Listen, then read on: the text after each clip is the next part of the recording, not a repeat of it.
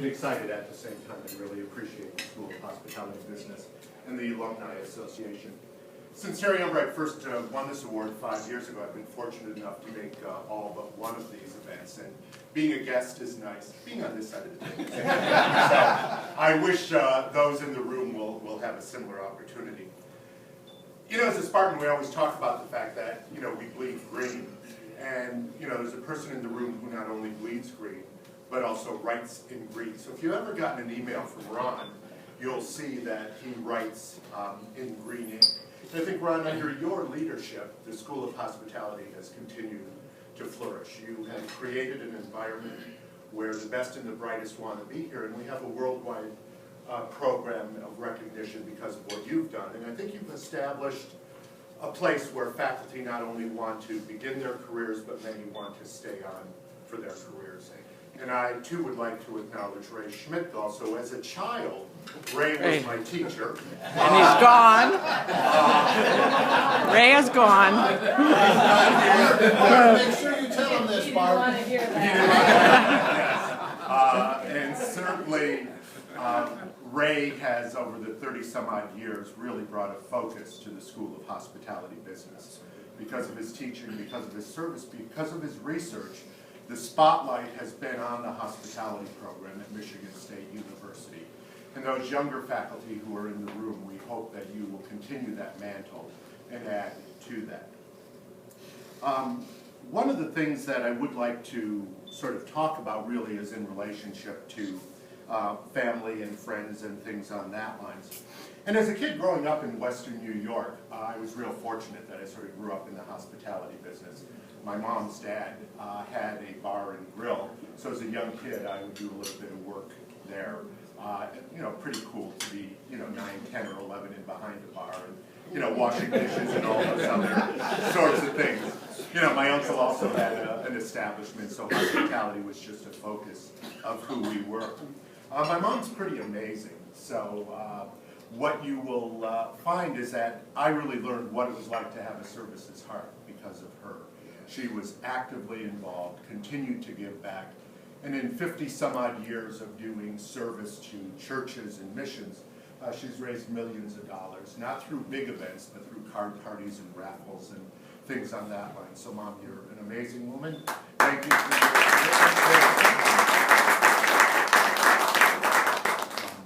The person who's taking pictures is my lovely and amazing bride. It'll be 30 years this Tuesday that we've been married, and you know,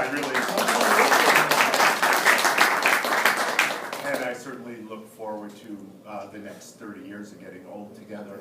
You know, and from you, Diane, you just have shown me what unconditional love is all about. The fact of having passion and beauty and joy. And Diane's vision is really to get education on every corner, just like there's a McDonald's, a Burger King, and Subway.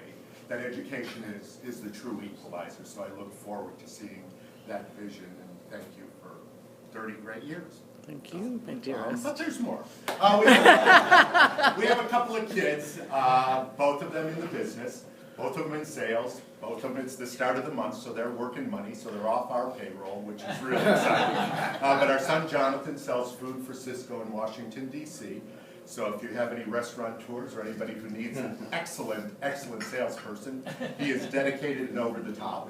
Our daughter's working with the .com company in the Richmond area, and she is involved with human resources. And I have a daughter-in-law who also is in sales. And they have celebrated and will continue to celebrate and this acknowledgement. So I know that they would love to be here, but they've got to make money, so you know, you've got to go with that. I guess I'd like to conclude my remarks first by challenging our industry. I think our industry, if you really take a look at what's happened from a business perspective, no one is doing business the same way they were 3 or 5 years ago. And I'm disappointed in the hospitality industry because of the way they're treating our students. You know, I grew up on the 70 to 90 hour work week, as some of you did in here, and that was a great perspective, and that worked for us and then. But just as no one's doing business the way it was then, they shouldn't be treating our students the same way. They need to create a better payroll system. They need to have a mandatory 5-day work week. And most importantly, the thing that is, for me, is particularly frustrating is that our best and our brightest sometimes are not matched with a good person that first 6 months, 3 months, 9 months, or a year. And that person then leaves our industry, and that is most disappointing. Finally, for faculty around the table, I think we really have an opportunity to challenge our students even stronger, that we need to create, what are the skills for the 21st century? So often we go back to, well, when I was an undergrad, we did this. So I really would challenge you and question you, are those the things that our students really need to know? You will hear me say we do not teach and there is life beyond the classroom. So the fact that we're still using Monday, Wednesday, Friday 50-minute blocks is somewhat alarming. So I hope that we as educators will really go and challenge what education is all about. Finally, we talk about the importance of work experience for our students and how we really pride ourselves on them. I would challenge each and every one of you by the end of next summer to do what your students are doing. Be willing to go out and work in our industry, not in a suit and tie, not in a leadership role, but in an hourly position for 4 or 5 days. If you want to really help our students know what it's like, we cannot rely on things that we had, whether it be 5, 10, or however many years ago, depending on who you are. So finally, from a standpoint of Spartans, we're so fortunate to be able to be in a position to say that we are an alum of Michigan State University. So as you continue to be, whatever your career path is, whether you're a young professional or a seasoned alum, we would encourage you to be involved, to give back, and to participate. So we are so fortunate to be a Michigan State Spartan. Finally, I'm delighted that my colleagues, Michael Fallon, our school director, James Williams, a brand new faculty, can be here to celebrate with me. So, in conclusion, thank you very much for this unique and distinguished honor. Go green, and look forward to future successes for each and every one of you. Thank you.